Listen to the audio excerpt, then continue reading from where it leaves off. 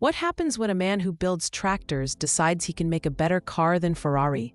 Sounds like a joke, right? But that's exactly how one of the most iconic supercar brands in the world was born.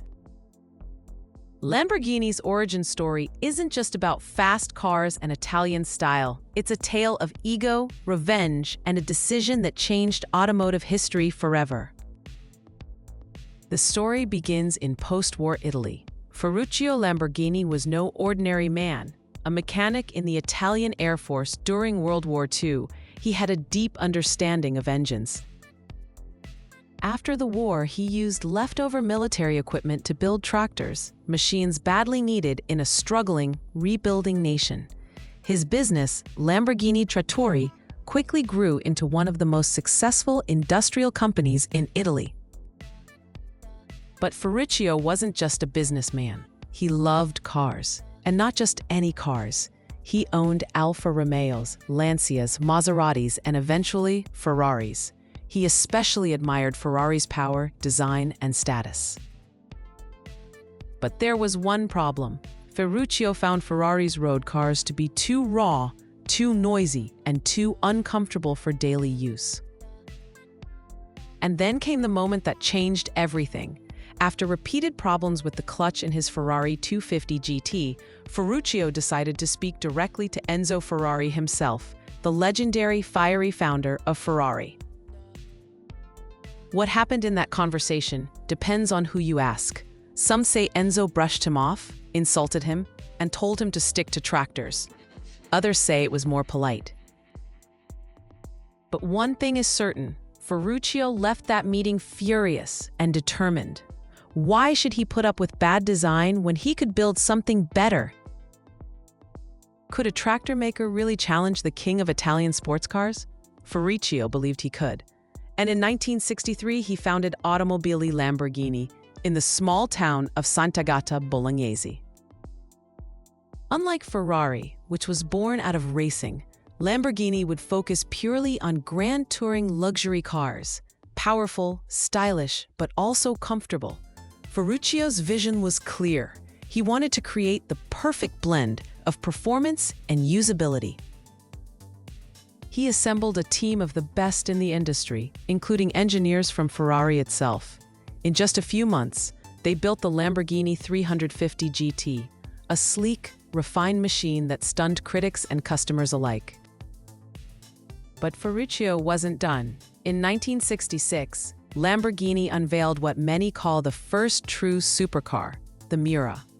With its mid-engine layout, futuristic design, and aggressive performance, the Miura didn't just compete with Ferrari. It redefined what a sports car could be. Crowds gathered around it at auto shows. Celebrities wanted it. The world took notice. But success came quickly, and so did the challenges. How would Lamborghini handle the pressure of rapid growth? Could Ferruccio's company survive economic crisis and shifting trends? And would he remain at the helm of the empire he built out of spite? By the end of the 1960s, Lamborghini wasn't just competing with Ferrari, it was setting the pace. The Miura had turned heads around the world and redefined what a supercar could be. Its mid-engine layout, stunning design, and raw power became a blueprint for performance cars for decades to come. But innovation comes with cost. The pressure to follow up with something even more extraordinary was enormous.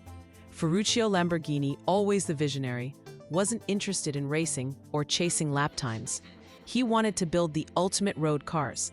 Fast, comfortable, stylish machines meant for the open road, not the track. Cars like the Espada, a luxurious four-seater grand tourer with wild looks and serious power, pushed the boundaries of what a performance car could be. The Islero and Jarama followed, each with bold design and engineering aimed at wealthy buyers who wanted more than just speed. But outside the factory walls, the world was changing. The early 1970s brought economic instability, especially with the 1973 oil crisis. Fuel prices skyrocketed, governments introduced strict emissions regulations, and suddenly, gas-hungry V12 engines didn't look so attractive. Supercars were no longer practical or desirable for many. Lamborghini's market shrank almost overnight. At the same time, labor strikes and political turmoil were shaking Italy's industrial core. Lamborghini, still a relatively young and independent company, struggled to navigate the storm. Cash flow tightened. Production slowed. Ferruccio Lamborghini, once the bold rebel who took on Ferrari, found himself exhausted. In 1972, he sold his remaining share of the tractor business.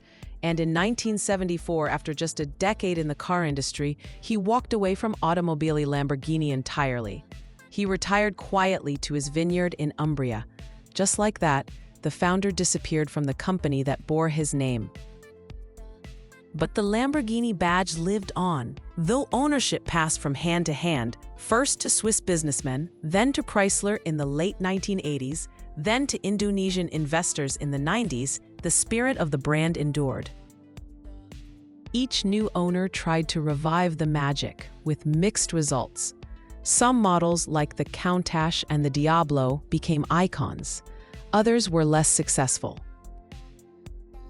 The Countach, with its razor-sharp lines and scissor doors, looked like it came from the future. It was wild, impractical, and completely over the top. Exactly what people expected from Lamborghini.